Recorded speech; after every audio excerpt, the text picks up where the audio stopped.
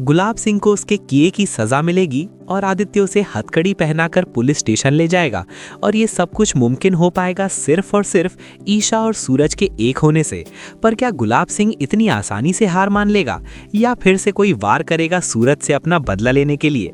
जी हाँ दोस्तों, कहानी की शुरुआत होती है उस पल से जब आदित्य गुलाब हवेली पहुंचकर सूरज को हथकड़ी लगाते हुए अपने साथ ले जाता है। यहाँ सूरज तो ईशा जी से मिलने पहुंचा था, उन्हें ये बताने के लिए कि गुलाब सिंह ने ही ये सारा षड्यंत्र रचा था।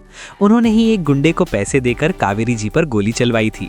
लेकिन यहाँ ना जाने क्यों ईशा सूरज की एक भी बात नहीं सुनती और खुद आदित्य को फोन करके ये बता देती है कि सूरज जेल से फरार है, मुझे सब मालूम है, अभी के अभी उसे गिरफ्तार करो वरना मैं तुम्हारे सीनियर और ऑफिसर को कंप्लेंट कर दूंगी। इसीलिए आदित्य गुलाब हवेली पहुंचकर सूरज को गिरफ्तार कर लेता है। लेकिन असली खेल तो अब शुरू होता है। भला सूरज अपने सवालों का जवाब मांगे बिना चुप कैसे बैठ सकता था? वो ठान लेता है कि मुझे ईशा जी से हर हाल में मिलना होगा, मुझे पूछना होगा कि आखिर उन्होंने मेरी बात क्यों नहीं सुनी। वो तो हमेशा कहती थी कि बाबूजी सिर्फ अपने मकसद के लिए सब कुछ करते हैं, बिना फायदे के किसी की मदद तक नहीं करते। और अब जब मुझे गुलाब सिंह की सच्चाई का पता चल चुका है तो फिर ईशा मुझे इग्नोर क्यों कर रही है? सूरज एक बार फिर जेल से फरार हो जाता है और सीधा गुलाब हवेली पहुंचकर ईशा जी के कमरे में घुस जाता है। एक पल के लिए ईशा घबरा जाती है, उन्हें लगता है शायद कोई चोर आ गया हो। लेकिन जैसे ही वो सूरज का चेहरा देखती है वो हैरान रह जाती है। तुम यहाँ क्या कर रहे हो सूरज? सूरज कहता है, मैं अपने सवालों का जवाब लेने आया हूँ।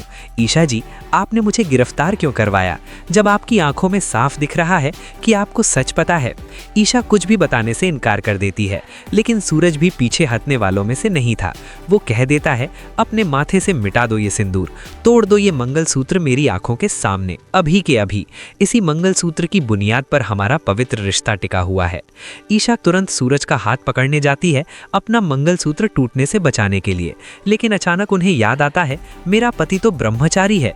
वो अपना हाथ रोक लेती है और सूरज को मंगलसूत्र छोड़ने को कह देती है। सूरज मंगलसूत्र छोड़ देता है, लेकिन अपने सवाल का जवाब मांगने के लिए जिद पर अड़ जाता है। तब ईशा सच बताती है, मुझे पहले दिन से यकीन था कि तुम बेकसूर हो सूरज, लेकिन मेरे पास कोई ठोस सबूत नहीं था। अगर मैं तुम्हारा साथ देती तो असली मुजरिम होशियार हो जाता और सबूत मिलना मुश्किल हो जाता। लेकिन तुम्हारी तकलीफों की वजह से मेरे हाथ कुछ ऐसे सबूत लगे हैं जिससे ये साबित होता है कि पापा जी ने ही माँ पर गोली चलवाई थी। मुझे बस थोड़ा और वक्त चाहिए। मैं वादा करती हूँ तुम्हें बाइज्जत रिहा करवाऊंगी और पापा को जेल की चक्की पिसवाऊंगी। ये सुनते ही सूरज के चेहरे पर सुकून आ जाता है। उसे पता चल जाता है कि उसकी धर्मपत्नी उस पर पूरा भरोसा करती है। वो चुपचाप वापस पुलिस स्टेशन लौट जाता है। लेकिन दोस्तों, कहानी में अभी बड़ा ट्विस्ट बाकी है। अगले दिन जब ईशा हॉस्पिटल पहुंचती है तो आरव बताता है कि माँ की कंडीशन पहले से बेहतर है। डॉक्टर कह रहे हैं कि माँ को जल्दी होश आ सकता है। ईशा भागकर माँ के पास जाती है, भगवान से प्रार्थना करती है और तभी चमत्कार होता है। कावेरी होश में आ जाती है। होश आते ही वो ईशा को गले लगाकर जोर जोर से रोने लगती है। बेटी, इतने सालों बाद तुझे देख पाई हूँ। लोग कहते थे मैं भाग गई, लेकिन सच ये है कि तेरे पापा गुलाब सिंह ने मुझे कैद करके रखा था। मेरी इस हालत का जिम्मेदार वही शैतान है। सूरज बेकसूर है, उसने मुझ पर बंदूक तानी थी, लेकिन गोली चलाने का इरादा उसका नहीं था। गोली किसी और ने चलाई और मुझे पूरा यकीन है वो सब तेरे पापा के कहने पर हुआ।